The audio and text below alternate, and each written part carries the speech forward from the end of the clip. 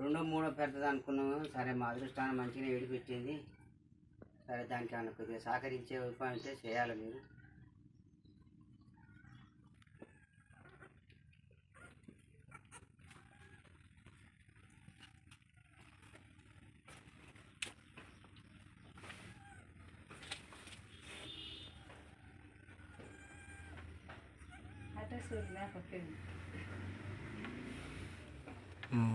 Okay, కింద కొన్నాం 3 మగవి 4 ఆడపిల్లలు. సరే వేసినందుకు సంతోషంగా అనిపించింది. మంచిగానే ఇప్పటి వరకు పాలు కూడా మంచిగా చిక్కుతాయి.